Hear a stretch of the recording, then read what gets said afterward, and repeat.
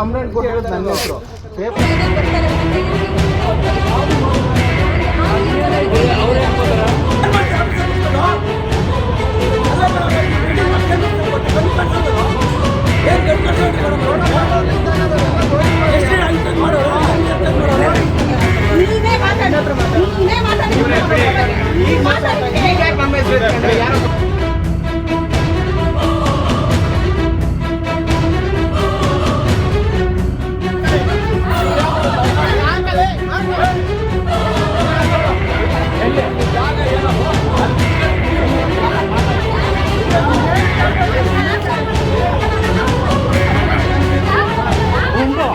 ವಿಶ್ವಭಾರತಿ ಚಾನೆಲ್ನ ಎಲ್ಲ ವೀಕ್ಷಕರಿಗೆ ಸಬ್ಸ್ಕ್ರೈಬರ್ಸ್ಗೆ ನಮಸ್ಕಾರ. ಅನ್ಯಾಯವನ್ನ ಪ್ರಶ್ನೆ ಮಾಡೋದೇ ತಪ್ಪ, ಇದ್ದದ್ದನ್ನು ಇದ್ದಂಗೆ ಕೇಳಿದ್ರೆ ತಪ್ಪ. ಚರಂಡಿ ಜಾಗ ಒತ್ತುವರಿ ಮಾಡಿಕೊಂಡು ಅಕ್ರಮವಾಗಿ ಮನೆ ನಿರ್ಮಾಣ ಮಾಡಲಾಗ್ತಾ ಇದೆ ಎಂಬ ವಿಚಾರ ಈಗ ಎರಡು ಕುಟುಂಬಗಳ ಜಗಳಕ್ಕೆ ಕಾರಣ ಆಗಿದೆ. ಈ ಘಟನೆ ನಡೆದಿರುವಂಥದ್ದು ಬೆಂಗಳೂರು ನಗರಕ್ಕೆ ಹೊಂದ್ಕೊಂಡಿರ್ತಕ್ಕಂಥ ಮಾದನಾಯಕನಹಳ್ಳಿ ಪೊಲೀಸ್ ಠಾಣಾ ವ್ಯಾಪ್ತಿಯ ಗ್ರಾಮದಲ್ಲಿ. ಇಲ್ಲಿ ಅಕ್ರಮ ಮನೆ ನಿರ್ಮಾಣ ಮಾಡಲಾಗ್ತಾ ಇದೆ ಅಂತೇಳಿ ಶಿವಕುಮಾರ್ ರಸ್ತೆಯ ಪುಷ್ಪಗೌಡ ಮತ್ತು ಪೃಥ್ವಿರಾಜ್ರವರು ಮಾದನಾಯಕನಹಳ್ಳಿ ನಗರಸಭೆಗೆ ದೂರು ನೀಡ್ತಾರೆ. ದೂರು ದಾಖಲಿಸಿಕೊಂಡಿರ್ತಕ್ಕಂಥ ಮಾದನಾಯಕನಹಳ್ಳಿ ನಗರಸಭೆಯವರು ಯಾವುದೇ ರೀತಿಯ ಕವಡೆ ಕಾಸಿನ ಕಿಮ್ಮತ್ತು ಕೊಡದೆ ಈ ಪ್ರಕರಣವನ್ನು ಇತ್ಯರ್ಥಗೊಳಿಸಲ್ಲ. ಈ ಸಂಬಂಧ ಪುಷ್ಪಗೌಡ ಮತ್ತು ಪೃಥ್ವಿರಾಜ್ರವರು ಎದುರು ಮನೆಯವರ ಕಿರುಕುಳವನ್ನ ಎದುರಿಸಬೇಕಾಗುತ್ತೆ.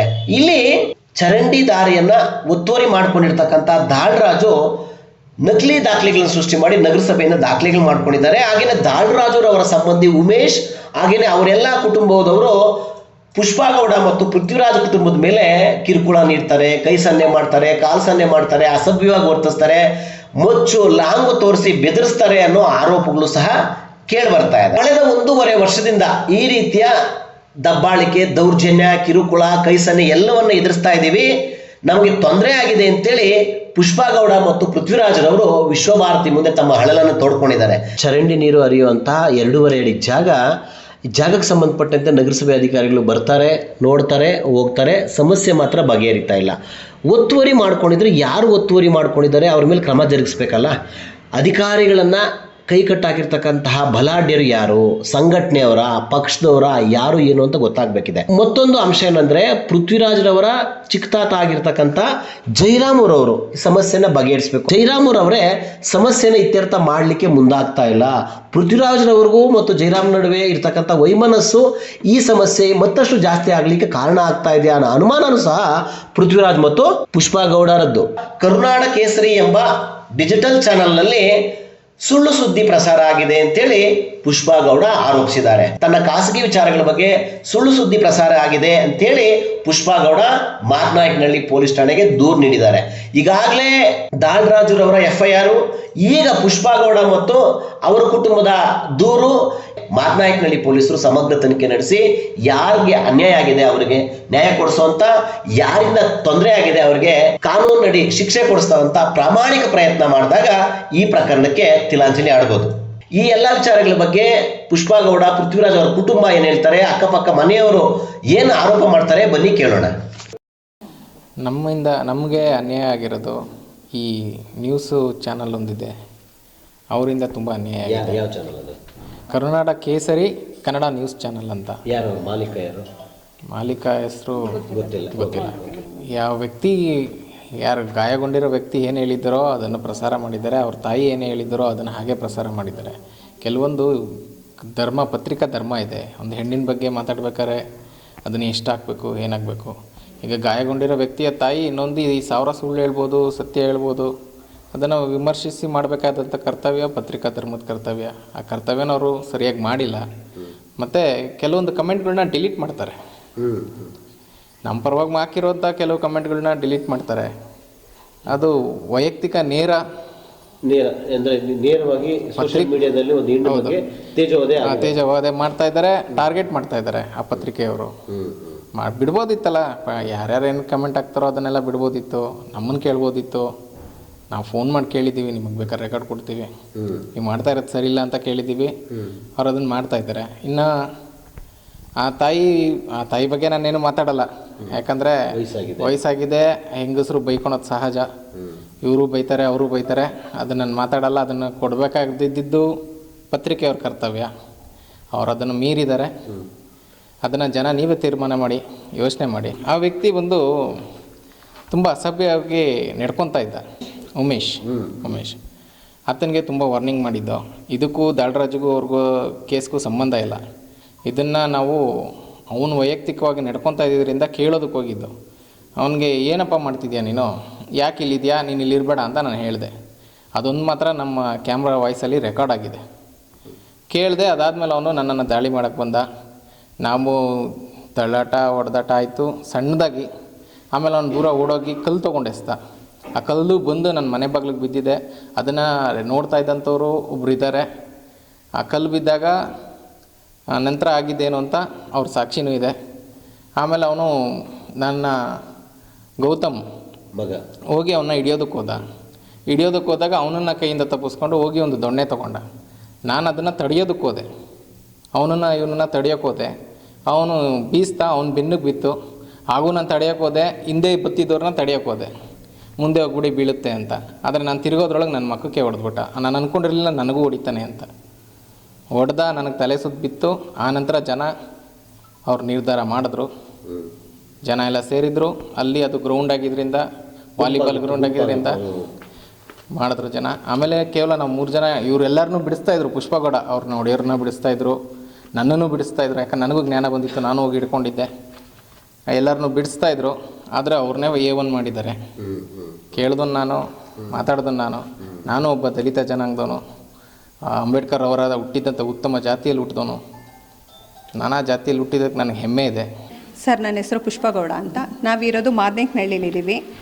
ನಾವು ಒಂದು ಮನೆ ಪರ್ಚೇಸಿಂಗ್ ಮಾಡಿದ್ದೀನಿ. ಆ ಮನೆ ಮುಂದೆ ಒಂದು ಮೋರಿ ಇತ್ತು ಅಂತ ಅಕ್ಕಪಕ್ಕದವರೆಲ್ಲ ಹೇಳ್ತಾ ಇದ್ದಾರೆ. ಅಲ್ಲಿ ಒಂದು ಚಿಕ್ಕದಾಗಿ ಒಂದು ಲೆವೆಟ್ ಹೊಡೆದು 6 ಮನೆ ಸೈಟ್ನ ಮಾರಿದ್ದಾರೆ. ಆ 6 ಮನೆ ನೀರು ಕೂಡ ಹೋಗೋದಕ್ಕೆ ಅದೊಂದೇ ಮೋರಿ ಜಾಗ ಇರೋದು. ಅದು ಎಷ್ಟಿತ್ತು, 2.5 ಅಡಿ ಜಾಗ ಇದ್ದಿದ್ದು. ನನಗೆ ಅದ್ರ ಎಲ್ಲರೂ ಹೇಳಿರೋ ಪ್ರಕಾರ 2.5 ಅಡಿ ಇದ್ದಿದ್ದು. ನಾವೇನಂತ ಕೇಳಿದ್ದು, ಆ 2.5 ಅಡಿ ಜಾಗನ ಬಿಟ್ಬಿಡಿ, ನೀವು ಅದನ್ನು ಏನಿದೆ ಮನೆ ಕಟ್ಕೊಳ್ಳಿ, ನಾನು ಬೇಕಾದರೆ 2 ಅಡಿ ಜಾಗ ಬಿಟ್ಟು ದೊಡ್ಡದಾಗಿ ಮೋರಿ ಮಾಡೋಣ, ಎಲ್ಲರಿಗೂ ಬೇಕಾಗತ್ತೆ ಅಂತ ನಾವು ಕುಂತು ಮಾತಾಡಿದ್ದು. ಆದರೆ ಅವರು ಒಪ್ಕೊಳ್ಳಿಲ್ಲ. ಅವರು ಒಪ್ಕೊಳ್ದೇ ಇರೋ ಕಾರಣದಿಂದ ಅದು ದೊಡ್ಡದಾಗಿ ಜಗಳ ಬೆಳ್ಕೊಂಡು ಹೋಗ್ತು. ಅವ್ರು ಪಾಯ ಹಾಕೋ ಮುಂಚೆನೇ ನಾನು ನಗರಸಭೆಗೆ ಲೆಟ್ರ್ ಕೊಟ್ಟಿದ್ದೀನಿ. ಅಲ್ಲ ಸರ್, ಮಾದನಾಯಕನಹಳ್ಳಿ ನಗರಸಭೆಗೆ 2025ರಲ್ಲೇ ನಾನು ಲೆಟ್ರ್ ಕೊಟ್ಟಿದ್ದೀನಿ. ಅಧಿಕೃತವಾಗಿ ಕಟ್ಟಡ ಕಟ್ತಾ ಇದ್ದಾರೆ, ಈ ಥರ ಮೋರಿ ಜಾಗ ಇದೆ, ಹೌದು, ಅನಧಿಕೃತವಾಗಿ ಕಟ್ಟಡ ಕಟ್ತಾ ಇದ್ದಾರೆ ಅಂಥೇಳಿ ನಗರಸಭೆಗೆ ನಾನು ಲೆಟ್ರ್ ಕೊಟ್ಟಿದ್ದೀನಿ. ಆ ಲೆಟ್ರು ಕೂಡ ನನ್ನ ಕೈಲಿದೆ ಇವತ್ತಿಗೂ. ಆ 25ರಿಂದ ಇವತ್ತಿನವರೆಗೆ 2025ರಿಂದ ಇಲ್ಲಿವರೆಗೆ ಆ್ಯಕ್ಷನ್ ಆಗಿಲ್ಲ. ಯಾಕಂದರೆ ಅವರು ಯಾವಾಗ್ಲೂ ಅವರು ಹೇಳೋದೆ ನಾವು ದಲಿತರು ಅಂತ ಹೇಳ್ತಾರೆ. ಸರ್, ನಾನು ಅದ್ರ ಬಗ್ಗೆ ಮಾತಾಡೋದೇ ಇಲ್ಲ. ಯಾಕೆ ಅಂದರೆ ನಾನು ಅಂಬೇಡ್ಕರ್ನ ತುಂಬ ಗೌರವಿಸ್ತೀನಿ, ತುಂಬ ಪೂಜಿಸ್ತೀನಿ. ಇವತ್ತು ನಾವು ಹೆಣ್ಮಕ್ಳು ಏನಾದರೂ ಹೊರಗಡೆ ಬಂದು ಓದ್ತಾ ಇದ್ದೀವಿ, ಓಡಾಡ್ತಾ ಇದ್ದೀವಿ, ಏನೋ ಒಂದು ಮಾಡ್ತಾ ಇದ್ದೀವಿ ಅಂದರೆ ಅದಕ್ಕೆ ಅಂಬೇಡ್ಕರೇ ಕಾರಣ. ಅದು ಅಲ್ಲದೆ ನಾನು ಇರೋದು ಕೂಡ ಅಂಥ ಶ್ರೇಷ್ಠ ಜಾತಿಲಿ ಹುಟ್ಟಿದವ್ರ ಜೊತೆನೇ ನಾನು 6 ವರ್ಷದಿಂದ ಸಂಸಾರ ಮಾಡ್ತಾಯಿದ್ದೀನಿ. ಆಗಿದ್ದು ನಾನು ಯಾಕೆ ಆ ಜಾತಿ ಬಗ್ಗೆ ಮಾತಾಡ್ತೀನಿ? ಅವ್ರು ಮಾತೆತ್ತಿದ್ರೆ ಹೇಳೋದು ಪುಷ್ಪಗೌಡವರು ದಲಿತರಿಗೆ ಅನ್ಯಾಯ ಮಾಡ್ತಾ ಇದ್ದಾರೆ ಅಂತ ಯಾವಾಗಲೂ ಹೇಳ್ತಾರೆ. ನಾವು ಯಾವುದೇ ಕಾರಣಕ್ಕೂ ಅದನ್ನು ನಾನು ಎಲ್ಲೂ ಎತ್ತೂ ಇಲ್ಲ. ನಾನು ಇವಾಗಲೇ ಹೇಳ್ದಂಗೆ ಅಂಬೇಡ್ಕರ್ ಅಂದರೆ ನನಗೆ ತುಂಬ ಗೌರವ ಇದೆ. ಆ ಗೌರವದಿಂದನೇ ನಾನು ಅದನ್ನು ಅಂಥ ಜಾತಿಲಿ ಹುಟ್ಟಿದವರು ಶ್ರೇಷ್ಠ ಜಾತಿಲಿದ್ದಾರೆ ಅಂತಲೇ ನಾನು ಅವ್ರ ಜೊತೆ ಇದ್ದೀನಿ. ಅದ್ರ ತಕ್ಕನಾಗಿ ನಾವಿಬ್ಬರು ಬದುಕ್ತಾ ಇದ್ದೀವಿ, ತೋರಿಸ್ತಾ ಇದ್ದೀವಿ. ಅದಾದಮೇಲೆ ಇನ್ನೊಂದು ಏನಂದರೆ, ನನ್ನ ಮಗನ ಮೇಲೆ ಒಂದು ಕಂಪ್ಲೇಂಟ್ ಕೊಟ್ಟಿದ್ದಾರೆ ಸರ್ ಅವರು. ಏನಂತ, ನನ್ನ ಮಗ ರೌಡಿ ಶೀಟ್ರು, ಒಡ್ಡಾಡ್ತಾನೆ, ಇದು ಮಾಡ್ತಾನೆ. ಆಮೇಲೆ ಮೆಸೇಜಲ್ಲೆಲ್ಲ ನನ್ನ ಮಗ ಕಳ್ಳತನ ಮಾಡಿ ಪೊಲೀಸ್ ಸ್ಟೇಷನಲ್ಲಿ ಅರೆಸ್ಟ್ ಆಗಿದ್ದಾನೆ. ಸ್ವಂತ ಮಗನ್ನ ಮುಂದೆ ಇಟ್ಕೊಂಡು ಬೀದಿ ದೀಪನ ಕಿತ್ತು ಮಾರಿದ್ರು ಸರ್. ಅದೊಂದು ವಿಡಿಯೋ ಮಾಡಿದ್ದೆ ನನ್ನ ಮಗ. ಆ ವಿಡಿಯೋ ಮಾಡಿ ಇಟ್ಟಿರೋದ್ರಿಂದನೇ ಅವನ ಮೇಲೆ ದ್ವೇಷ ಬೆಳ್ಕೊಂಡಿರೋದು. ಸರ್, ನಾನಿವಾಗ ಸೋಷಲ್ ವರ್ಕರ್ ಮಾಡ್ತಿರೋದು. ಅಲ್ಲಿ ಏನೇ ಒಂದು ಆದ್ರೂ ಕೇಳಬಾರ್ದ? ನಮಗೆ ಕೇಳೋ ಅಷ್ಟೇ ರೈಟ್ಸ್ ಇರುತ್ತಲ್ವಾ? ನಾವು ಸೋಷಲ್ ವರ್ಕರ್ ಅನ್ನೋದೇ ಬೇಡ, ಸಾಮಾಜಿಕವಾಗಿ ಯೋಚನೆ ಮಾಡಿದ್ರೂ ಅಲ್ಲೇನೋ ಒಂದು ತಪ್ಪಾಗ್ತಾ ಇದೆ ಅಂದರೆ ಕೇಳಬೇಕು. ಇವತ್ತಿಗೆ ಎಲ್ಲಾದರೂ ಒಂದು ಲೈಟ್ ಕಂಬ ಹಾಕಿಸ್ಬೇಕು ಅಂದರೆ ಎಷ್ಟು ಜನದ ಹತ್ರ ಹೋಗಿ ಪರ್ಮಿಷನ್ ತೊಗೋಬೇಕು ಅನ್ನೋದು ನಮಗೆ ಗೊತ್ತಿದೆ. ಆ ಲೈಟ್ ಕಂಬ ಕಿತ್ಕೊಂಡು ಮಾರ್ಕೊಂಡಿದ್ದಾರೆ ಅಂತ ನಾನು ನಗರಸಭೆಗೆ ಕಂಪ್ಲೇಂಟ್ ಕೊಟ್ಟಿದ್ದೀನಿ. ಅಲ್ಲಿಂದನೂ ಆ್ಯಕ್ಷನಿಗೆ ಅಂತ ಬಂದವರಿಗೆ ಇದೇ ಯಾರು ಜೈರಾಮ್ ಅನ್ನೋರು ಬಂದು ಅದ್ರ ಬಗ್ಗೆ ನಗರಸಭೆ ಮಾತಾಡಿದವರಿಗೆ ಕೂಗಾಡಿರೋದು ಕೂಡ ನನ್ನ ಹತ್ರ ಕಂಪ್ಲೀಟ್ ವಿಡಿಯೋ ಇದೆ. ಜೈರಾಮನ್ ಅವರು ಮಾಜಿ ಅಧ್ಯಕ್ಷರಾಗಿದ್ದರು, ಗ್ರಾಮ ಪಂಚಾಯತಿ ಮಾಜಿ ಅಧ್ಯಕ್ಷರಾಗಿದ್ದರು. ಈಗ ನಾನೇನಿದ್ದೀನಲ್ಲ ಪೃಥ್ವಿರಾಜ್ ಅಂತ, ಅವರಿಗೆ ತಾತ ಕೂಡ. ಪೃಥ್ವಿರಾಜ್ ಮತ್ತು ಅವರ ವೈಯಕ್ತಿಕ ಕಾರಣ ಅಂದರೆ ದ್ವೇಷ ಇರೋದ್ರಿಂದ ಅದನ್ನು ನಮ್ಮ ಮೇಲೆ ಬಳಸ್ತಾ ಇದ್ದಾರೆ. ಅವರು ನಮ್ಮನ್ನು ಇಂಗಡಣೆ ಮಾಡ್ತಿದ್ದಾರೆ. ಅವ್ರು ಬೇರೆ ಕ್ಯಾಸ್ಟು, ಇವ್ರು ಬೇರೆ ಕ್ಯಾಸ್ಟು. ನನ್ನ ಪರ್ಸ್ನಲ್ ಲೈಫ್ನ ತೆಗೆದು ಇನ್ಸ್ಟಾಗ್ರಾಮಿಂದ ವಿಡಿಯೋ ಎಲ್ಲ ಅಪ್ಲೋಡ್ ಮಾಡಿ ನನಗೆ ಅವಮಾನ ಮಾಡ್ತಾಯಿದ್ದಾರೆ. ಇವಾಗ ನನ್ನ ರಾಜಕೀಯ ಜೀವನದಲ್ಲೂ ನನಗೆ ಕಪ್ಪು ಮಸಿ ಹಚ್ಚಿದ್ದಾರೆ, ನನ್ನ ವ್ಯವಹಾರ ಜೀವನದಲ್ಲೂ ಕಪ್ಪು ಮಸಿ ಹಚ್ಚಿದ್ದಾರೆ. ನನ್ನ ಮಕ್ಕಳು ಕೂಡ ಈಚೆಗಡೆ ಒಡ್ಡಾಡದೆ ಇರೋಂಗೆ ಮಾಡಿದ್ದಾರೆ ಅವರು. ಅದರಿಂದ ನನಗೆ ಮಾನ ನಷ್ಟ ಆಗಿದೆ, ತುಂಬ ನಷ್ಟ ಆಗಿದೆ, ಹೇಳೋಕ್ಕಾಗಲ್ಲ. ಪ್ರತಿಯೊಬ್ಬರು ಫೋನ್ ಮಾಡಿ 2 ದಿನದಿಂದ ಎಷ್ಟು ಕೇಳ್ತಾ ಇದ್ದಾರೆ ಅಂದರೆ, ಯಾಕೆ ಈ ಥರ ಆಗಿದೆ, ಏನಾಗಿದೆ, ಯಾಕೆ ನೀವು ರೆಸ್ಪಾನ್ಸ್ ಮಾಡಿಲ್ಲ ಅಂತ ಕೇಳ್ತಾ ಇದ್ದಾರೆ. 2 ಅವರಿಗೆ ಒಂದು ವಿಡಿಯೋ ಬಿಡ್ತಾ ಇದ್ದಾರೆ. ಆಮೇಲೆ ಇನ್ನೊಂದು, ಅವನನ್ನು ನಾನು ಕರೆದೆ ಅಂತ ಹೇಳ್ತಾ ಇದ್ದಾರಲ್ವಾ, ಅವನು ಪ್ರತಿಯೊಂದು ವಿಡಿಯೋನೂ ಕೊಡ್ತೀನಿ ಸರ್. ಇವಾಗ ಅವನಿಗೆ ತಲೆಗೆ ಏಟಾಗಿದೆ. ಅವ್ರ ಅಮ್ಮ ಮಾತಾಡ್ತಾ ಇದ್ದಾರಲ್ಲ, ನನ್ನ ಹತ್ರ ಬಂದು ಪ್ರತಿದಿನ ಬೇಡ್ಕೊತಿದ್ರು ಅವರು, ಅದಕ್ಕೆ ಬೇಕಮ್ಮ, ಇದಕ್ಕೆ ಬೇಕಮ್ಮ ಅಂತ. ನಾನು ಅಷ್ಟು ದಿನವೂ ಬರ್ಸಿದ್ದೀನಿ. ಅವ್ರು ಎಣ್ಣೆ ಹೊಡಿಯೋಕ್ಕೆ ಬೇಕು ಅಂತ ಕೇಳ್ತಿದ್ರು, ಹೋಗ್ಲಿ ಹಾಳಾಗೋಗ್ಲಿ ಅಂತ ಕೊಟ್ಕೊತಿದ್ದೋ ಮಾಡ್ತಿದ್ದೋ, ಮನೆ ಎದುರು ಬದ್ರಿಗಿರೋರು ಅಂತ ಸುಮ್ಮನಾಗಿದ್ದೋ. ಅವನು ಹೆಂಗೆಲ್ಲ ಆ್ಯಕ್ಷನ್ ಮಾಡಿದ್ದಾನೆ ಅಂತ ನನ್ನ ಹತ್ರ ವೀಡಿಯೋಗಳಿದ್ದಾವೆ. ಆ ವೀಡಿಯೋಗಳ್ನೂ ಕೊಡ್ತೀನಿ. ನಾನು ಅವ್ರ ಬಗ್ಗೆ, ಅವ್ರ ತಾಯಿ ಇವಾಗ ಹೇಳ್ತಿರೋದ್ರ ಬಗ್ಗೆ ನಾನು ಕೇಳಬಾರ್ದು, ಆದರೂ ಕೇಳ್ತೀನಿ. ನೀನು ಒಂದು ಹೆಣ್ಣಾಗಿ ಇನ್ನೊಬ್ಬರು ಮನೆ ಹೆಣ್ಮಕ್ಳ ಬಗ್ಗೆ ಇಷ್ಟು ನೀಚವಾಗಿ ಮಾತಾಡ್ತಾ ಇದೆಯಾ? ಒಬ್ಬ ತಾಯಿ ಆಗಿದ್ದರು, ಮಗ ಮಾಡ್ತಿರೋ ತಪ್ಪನ್ನ ತಿದ್ದಕ್ಕಾಗಲಿಲ್ಲ. ಅದೇ ತಾಯಿಗೆ ಸರ್ ಅವರಿಬ್ಬರು ಮಕ್ಕಳು ಹೊಡಿತಿದ್ದ ವಿಡಿಯೋ ನನ್ನ ಹತ್ರ ಇದೆ. ಅವರಿಬ್ಬರು ಮಕ್ಕಳು ಅಮ್ಮನಿಗೆ ಹೆಂಗೆ ಬೇಕು ಹಂಗೆ ಹೊಡಿಯೋರು, ರೋಡಲ್ಲೆಲ್ಲ ಹೊಡಿಯೋರು. ನಾನು ಅದನ್ನು ಸ್ಟಾಪ್ ಮಾಡಿಸಿದ್ದೀನಿ. ನನ್ನಂಗೆ ಒಂದು ಹೆಣ್ಣು ನಾಳೆ ಒಂದು ಪರಿಸ್ಥಿತಿ ಹಿಂಗೆ ನಮಗೆ ಬರ್ಬೋದು, ಆ ತಾಯಿಗೆ ಆ ಪರಿಸ್ಥಿತಿ ಬರಬಾರ್ದು ಅಂತ ನಾನು ಅಷ್ಟು ಕಂಟ್ರೋಲ್ ಮಾಡಿಸಿದ್ರು ಇವತ್ತು ನನ್ನ ವಿರುದ್ಧ ಸ್ಟೇಟ್ಮೆಂಟ್ ಕೊಟ್ಟಿದ್ದಾರೆ. ಇನ್ನು ದಾಳರಾಜ್ ಅವ್ರು ಬಂದರೆ, ಅವರ ಅತ್ತೆ ಮಾವನಿಗೆ ಹೊಡಿಯೋದನ್ನು ನಮ್ಮ ಪಕ್ಕದ ಮನೆ ಹುಡುಗಿ ಒಂದು ವಿಡಿಯೋ ಮಾಡಿತ್ತು. ಅಕ್ಕ ಹಿಂಗೆ ಆಗ್ತಾ ಇದೆ ಅಂತ. ಸುಳ್ಳು ಹೇಳ್ಬೇಡ ಬಿಡಪ್ಪ ಅಂತ ಕೇಳಿದೆ. ಆ ಹುಡುಗಿ ವಿಡಿಯೋ ಮಾಡಿ ನನಗೆ ಕಳಿಸಿರೋದ್ರಿಂದ ಆ ಹುಡುಗಿ ಮೇಲೂ ದ್ವೇಷ. ಆ ಹುಡುಗಿ ಮನೆ ಮುಂದಕ್ಕೆ ಹೋಗಿ ಅಷ್ಟು ಜನ ಜಗಳ ಮಾಡಿರೋದು ಒಂದು ವಿಡಿಯೋ ಇದೆ. ತಂದೆ ತಾಯಿಗೆ ನಾಯಿ ಕುಡ್ದಂಗೆ ಹೊಡಿತಾರೆ ಸರ್. ಅದನ್ನು ಕೇಳಬೇಕು, ಮಾಡಬೇಕು ಅಂತ ಅಕ್ಕಪಕ್ಕ ಇದ್ಮೇಲೆ ನಾವು ಕೇಳಬಾರ್ದಾ? ಯಾಕೆ ಹೊಡಿತೀರಾ, ಯಾಕೆ ಮಾಡಬಾರ್ದು ಅಂತ ಮಾತು ಬಿಟ್ಟರೆ ಅವ್ರ ಅಪ್ಪ ಅಮ್ಮನ ಸೂಳೆ ಮಗನೇ, ಸೂಳೆ ಮುಂಡೆ ಈ ಥರ ವರ್ಡ್ಗಳನ್ನ ಯೂಸ್ ಮಾಡ್ತಾರೆ. ಅದನ್ನೆಲ್ಲ ನಾನು ಕೇಳಿ ಸ್ವಂತ ಎತ್ತ ತಾಯಿ ಸರ್. ನಾನು ಆ ವಿಡಿಯೋನೂ ಕೊಡ್ತೀನಿ. ಆ ವಿಡಿಯೋ ಮಾಡಿ ಅವಳು ನಮಗೆ ಕಳಿಸಿದ್ರಿಂದನೇ ಆ ಹುಡುಗಿನೂ ದ್ವೇಷ ಮಾಡ್ತಿರೋದು. ಈಚೆಗಡೆ ಬಂದರೆ ಸಾಕು, ನಾವು ದುಡ್ಡು ಕೊಟ್ಟೆ ಜಾಗ ತೊಗೊಂಡಿರೋದು. ಅವ್ರ ಚಿಕ್ಕಪ್ಪನ ಜಾಗನೇ ಆಗಿರ್ಬೋದು, ನಾವು ಅದಕ್ಕೆ ಬಂಡವಾಳ ಹಾಕಿ ತೊಗೊಂಡಿರೋ ಜಾಗ. ಎಲ್ಲಿಂದನೋ ದರಿದ್ರದವು ಬಂದುಬಿಟ್ಟಿದ್ದಾವೆ ಸರ್. ನಾನು ಆ ವಿಡಿಯೋ ಪ್ರತಿಯೊಂದು ಕೊಡ್ತೀನಿ. ಅವರು 4 ತಿಂಗಳಾಗಿದೆ ಕ್ಯಾಮ್ರಾ ಹಾಕಿ, ಒಂದೇ ಒಂದು ರೆಕಾರ್ಡ್ ಕೊಡಲಿ ಸರ್. ನಾವು ಈಚೆಗಡೆ ನಿಂತು ಬೈದಿರೋದು ಒಂದು ರೆಕಾರ್ಡ್ ಕೊಡಲಿ. ಜಗಳ ಹೌದು ಸರ್. ಯಾವಾಗಲೂ ಅಯ್ಯಪ್ಪ ದಾಳರಾಜನೂ ಹೆಂಗಸ್ರ ಥರ ಬೈತಾ ಇರ್ತಾನೆ. ಈಚೆ ಗಾಡಿ ತೆಗಿಯೋಕೆ ಬರೋಂಗಿಲ್ಲ. ಎಲ್ಲಿಂದನೋ ಬಂದ್ಬಿಟ್ಟವಳೆ ಇವಳು ಬಂದ್ಬಿಟ್ಟು ಇವಳು ಅಪ್ಪಂದೈತಾ, ಇವಳು ಅವ್ವಂದೈತಾ ಅಂತ ಅಂದಾಗ ಯಾರು ಮಕ್ಕಳು ಸಹಿಸ್ಕೊಂತಾರೆ? ನನ್ನ ಮಗ ಹೊಡಿಯೋಕೆ ಹೋಗಿದ್ದ ಅಂತ ಹೇಳ್ತಾರೆ. ಅವ್ರ ಮಗ ನನ್ನನ್ನು ಹೋಗೇ ಬಾರೆ ಅಂದರೆ ನನ್ನ ಮಗ ಸುಮ್ಮನೆ ಆಗ್ತಾನ? ನನ್ನ ಮಗನಿಗೆ 17 ವರ್ಷ. ಯಾವ ತಾಯಿಗೆ ಮಗನ ಎದುರಿಗೆ ಹೆಂಗೆ ಬೈದರೆ ಸುಮ್ಮನೆ ಆಗ್ತಾರೆ? ಯಾರೂ ಸುಮ್ಮನಾಗಲ್ಲ ಅಲ್ವಾ? ಅದು ಹೆಂಗೆ ನನ್ನ ಮಗನ ಮೇಲೆ ಕಂಪ್ಲೇಂಟ್ ಕೊಡ್ತೀರಾ ನೀವು? ನನ್ನ ಮಗನ ಭವಿಷ್ಯ ಹಾಳು ಮಾಡೋದಕ್ಕೆ ನೀವು ನಿಂತಿದ್ದೀರಾ ಅಂದರೆ, ನಾನು ಇದೇ ಕೆಲಸ ಮಾಡಿದಿದ್ರೆ ಇದಕ್ಕೆ 6 ತಿಂಗಳ ಮುಂಚೆನೇ ಆ ಲೈಟ್ ಕಂಬೋದೊಂದು ನಾನು ಇನ್ಸ್ಟಾಗ್ರಾಮ್ಗೆ ಹಾಕಿದರೆ ಮುಗ್ದೋಗಿತ್ತಲ್ಲ ಸರ್ ಕಳ್ತನದ ಕೇಸು. ನಿಮ್ಮ ಮಗ ಒಳಗಿರ್ತಿದ್ದ. ನಾನು ಹಂಗೆ ಮಾಡಿಲ್ಲ ಅಲ್ವಾ? ಮಕ್ಕಳನ್ನ ನಾವು ಅದ್ಬಸ್ತಲ್ಲೇ ಇಟ್ಟಿದ್ದೀವಿ. ಹೌದು ಸರ್. ಪ್ರತಿಯೊಂದು ನಮ್ಮ ಕಡೆಯಿಂದ ಯಾರೋ ಲೇಡೀಸ್ಗಳು ಕಮೆಂಟ್ ಹಾಕಿರೋದನ್ನ ನೀವು ಆ ಥರ ಹೇಳ್ಬೇಡಿ, ನಾವು ಅವರಿಂದ ಸಹಾಯ ಪಡೆದಿದ್ದೀವಿ ಅಂತ ಹಾಕಿರೋದನ್ನ ಇದೇ ಪ್ರೆಸ್ ಅವರು ಅದನ್ನೇ ಡಿಲೀಟ್ ಮಾಡ್ತಾರೆ. ಪ್ರೆಸ್ ಅವರಿಗೆ ನಾನು ಫೋನ್ ಮಾಡಿ ಹೇಳಿದ್ದೀನಿ, ನೀವು ಆಗ್ತಿರೋದು ತಪ್ಪಿದೆ, ನೀವು ಬಂದು ನನ್ನ ಹತ್ರನೂ ಕೇಳಿ, ನನ್ನ ಹತ್ರ ದಾಖಲೆ ಇದೆ, ಪ್ರತಿಯೊಂದು ದಾಖಲೆನೂ ನಾನು ಕೊಡ್ತೀನಿ, ಯಾರ ಜಾಗ ಏನಾಗಿದೆ ಅದನ್ನೆಲ್ಲ ನಾನು ಹೇಳ್ತೀನಿ ಅಂತ ಅಷ್ಟು ಹೇಳಿದ್ರು ಆ ಹುಡುಗ ನನ್ನ ಬಗ್ಗೆ ತಲೆನೇ ಕೆಡಿಸ್ಕೊಳ್ಳಿಲ್ಲ ಪ್ರೆಸ್ ಅವನು. ನೀವು ಕರೆದಿದ ತಕ್ಷಣ ಬಂದು ಬೈಟು ತೊಗೋಬೇಕು ಅಂತೇನಿದೆ ಅಂತ. ಹಾಗಾಗಿ ನಾನು ಅವನ ಮೇಲೂ ಅಷ್ಟೇ ಮಾನನಷ್ಟ ಮೊಕದ್ದಮೆ ಹಾಕ್ತೀನಿ. ಯಾವುದೇ ಕಾರಣಕ್ಕೂ ನಾನು ಹಿಂಗೆ ಸರಿಯಲ್ಲ, ಅದರಲ್ಲಿ ರಾಜಿ ಆಗೋ ಮಾತು ಇಲ್ಲ ಅವನಿಗೆ. ಸರ್ ದಾಳರಾಜುದು ಇದೆ ಸರ್, KEB ಅವ್ರಿಗೊಬ್ರಿಗೆ ಹೊಡೆದಿರೋದಿದೆ, ಮತ್ತು TV ಎಲ್ಲ ಕದ್ದಿರೋದಿದೆ ಅವ್ರ ಹತ್ರ. ಅವರು TV ಎಲ್ಲ ಕಳ್ಳತನ ಮಾಡಿದ್ರು ಅಂತ ಆ ಥರ ಎಲ್ಲ ಕೇಸ್ ಇದೆ. ಅವ್ರದ್ದು ಕಂಪ್ಲೇಂಟ್ಗಳ ಅಲ್ಲಿದಲ್ಲೇ ಒಂದು ಕ್ಲೋಸ್ ಆಗುತ್ತೆ, ಒಂದು ಸ್ಟಾರ್ಟ್ ಆಗುತ್ತೆ, ಒಂದು ಕ್ಲೋಸ್ ಆಗುತ್ತೆ, ಒಂದು ಸ್ಟಾರ್ಟ್ ಆಗುತ್ತೆ. ಉಮೇಶ್ ಅವ್ರದ್ದು ಇದೆ ಸರ್, ಉತ್ರಳ್ಳಿಲಿ ಕೇಸ್ ಇದೆ ಅಂತಿದೆ. ಉಮೇಶ್ ಅವ್ರದ್ದು ಇದೆ, ಅವ್ರ ಅಣ್ಣಂದು ಇದೆ. ಆದರೆ ಅವ್ರ ಅಣ್ಣ ಏನೋ ನಮ್ಮ ತಂಟೆಗೆ ಬಂದಿಲ್ಲ ಸರ್. ಅವ್ನು ಸುಮ್ಮನೆ ಹೇಳ್ಬಾರ್ದು, ಪ್ರವೀಣ್ ಅಂತಿದ್ದಾನೆ. ಅವ್ನು ಯಾವತ್ತೂ ನಮ್ಮ ಬಗ್ಗೆ ಮಾತಾಡಿಲ್ಲ. ಇವತ್ತಿಗೂ ಅವ್ನು ಎದುರಿಗೆ ಸಿಕ್ಕಿದ್ರೆ ಅಕ್ಕ ಅಂತಲೇ ನಾವು ಹಂಗೆ ನಡೆಸ್ಕೊಂಡಿದ್ದೀವಿ, ಅವನು ಹಂಗೆ ನಡ್ಕೊಂಡಿದ್ದಾನೆ. ಚಿಕ್ಕವನು ಏನೇ ಇದ್ದಾನಲ್ಲ ಅವನ ಮೇಲೆ ಕೇಸ್ ಇದೆ. ಅವ್ನು ಮಾತೆತ್ತಿದ್ರೆ ಚುಚ್ಚೋದು ಕೊಚ್ಚೋದು.